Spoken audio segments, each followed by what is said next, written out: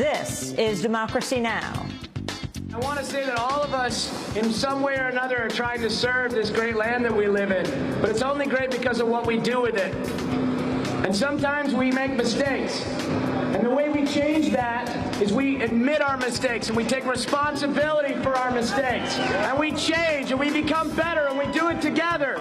So I'm returning my Global War on Terrorism medal because I don't fight wars on adjectives. As we mark the 11th anniversary of the invasion of Afghanistan, we look at the invisible wounds of war. We'll speak with Afghan war vet Graham Klumpner, now an organizer with Iraq Veterans Against the War, and to David Phillips, author of Lethal Warriors, When the New Band of Brothers Came Home. He exposed how a wave of violence swept across Colorado Springs when the 506th Infantry Regiment returned from Iraq. There is a stigma, many people in the Army told me, against getting help for mental health, behavioral health issues. It's seen as weak. It's often seen as just an excuse to get out of the Army if you can't hack it. All that and more coming up.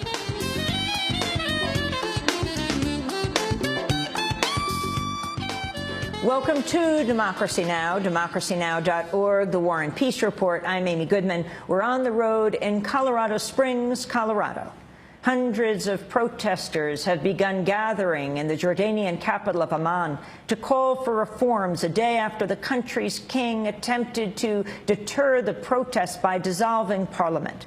King Abdullah had also called for early elections in a bid to dissuade demonstrators from rallying. As many as 50,000 people are expected to join the demonstration called for by the Jordanian wing of the Muslim Brotherhood. Turkey has authorized further military action against Syria as it continued to fire artillery across the border for a second day Thursday in retaliation for a mortar blast that killed 5 Turkish civilians. Turkish police used tear gas to disperse anti-war protesters near the Turkish parliament, while lawmakers overwhelmingly backed a measure allowing the military to conduct cross-border actions. The Turkish Prime Minister Tayyip Erdogan said the country was attempting to deter further violence. Turkey wants peace and only peace in the region, as well as safety. This is our sole concern. We don't want war, and we never would. The consequence of wars in the region, in Iraq and Afghanistan, is obvious. The parliamentary authorization of foreign deployment of Turkish troops is intended solely as a deterrent. As you are aware, one of the most important instruments to prevent clashes is deterrence. Police in South Africa have shot and killed another striking miner amidst continuing labor unrest. The worker was shot in the stomach with a rubber bullet and died after police moved to disperse protesters gathering near a Rustenburg platinum mine. The killing comes less than 2 months after police shot dead 34 striking miners at the Marikana platinum mine in the country's bloodiest security clash since the end of apartheid. The strike spread across the mining industry this week as striking Toyota workers forced a plant in Durban to close for 4 days. The workers were expected to return to work today after winning a pay raise. Reports have emerged Iran has been attempting to gather support for a plan to end its stalemate with the United States and its allies over the country's alleged nuclear program. Iranian officials have outlined a 9-step plan whereby Iran would end work at one of 2 uranium enrichment sites in exchange for the easing of sanctions that are devastating its economy. U.S. officials, however, have dismissed the plans as untenable. Protests have erupted this week in Iran amidst a worsening financial crisis that saw the collapse of its currency, the rial. Yemeni officials say a U.S. drone strike has killed 5 people in the southern province of Shabwa. The attack hit 2 vehicles that were said to be carrying militants with links to al-Qaeda. The Pakistani political leader, Imran Khan, has vowed to move forward with a peace march this weekend, aimed at highlighting the impact of U.S. drone strikes in Pakistan's tribal areas. Activists from Britain and the United States, including Code Pink leader Medea Benjamin, are joining the march from Islamabad to South Waziristan, despite concerns over security. Presidential candidates in Venezuela held closing rallies Thursday ahead of Sunday's election. President Hugo Chavez is facing challenger Enrique Capriles in what could be the toughest challenge of his 14-year rule. Chavez, who's recovering from recent cancer surgeries, addressed hundreds of thousands of supporters in Caracas. You all know that there were several times that I was about to die for being faithful to the Venezuelan people. And that is my path. I will not fail you. I will always be faithful to the Venezuelan people. President Chavez's opponent, Enrique Capriles, held a rally in the Venezuelan state of Lara on Thursday. In his remarks, he addressed Chavez directly, saying it's time for a change. I want to tell you, your term ends. I thank you infinitely from my heart that you, during this campaign, allowed me to see clearly the route we must take, the route of love, not hate, the route towards light, not darkness, the route of love and commitment to the people, not of insult nor hate. A U.S. citizen opened fire at a hotel in Israel earlier today, killing an employee before being shot dead by police.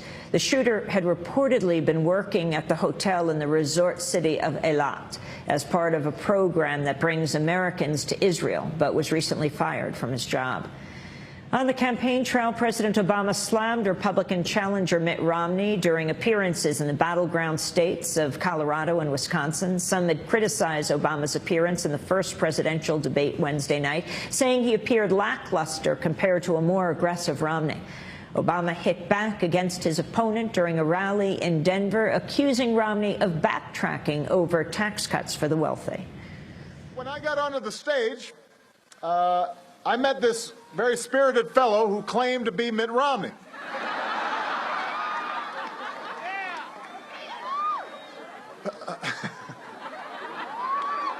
But it couldn't have been Mitt Romney, because the real Mitt Romney has been running around the country for the last year, promising $5 trillion in tax cuts that favor the wealthy. The fellow on stage last night said he didn't know anything about that.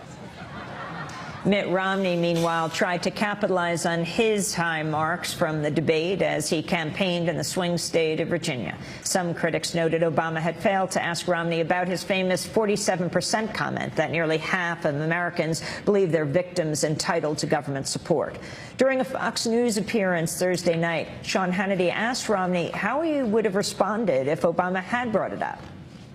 Well, clearly in a campaign with hundreds, if not thousands of speeches and question and answer sessions, now and then you're going to say something that doesn't come out right.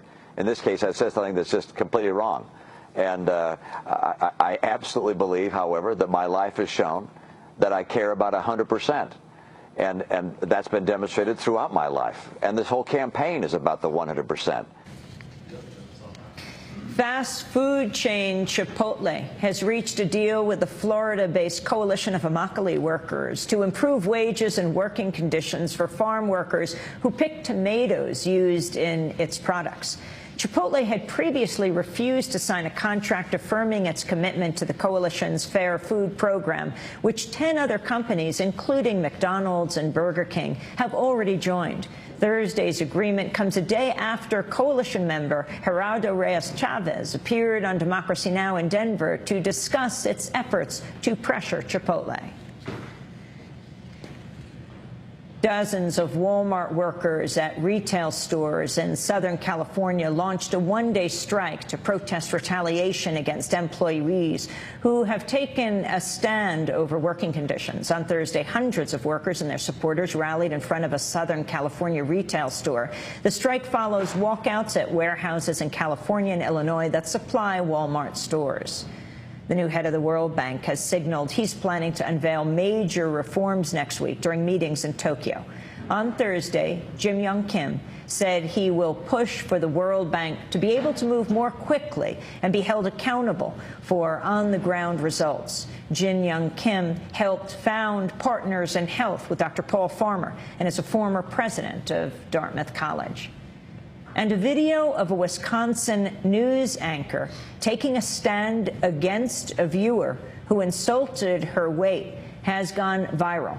WKBT-TV anchor Jennifer Livingston received an email from a viewer who took issue with what he termed her physical condition, saying, quote, "Surely you don't consider yourself a suitable example for your community's young people." Livingston used the insult to make a statement against bullying. The truth is, I am overweight. You could call me fat, and yes, even obese on a doctor's chart.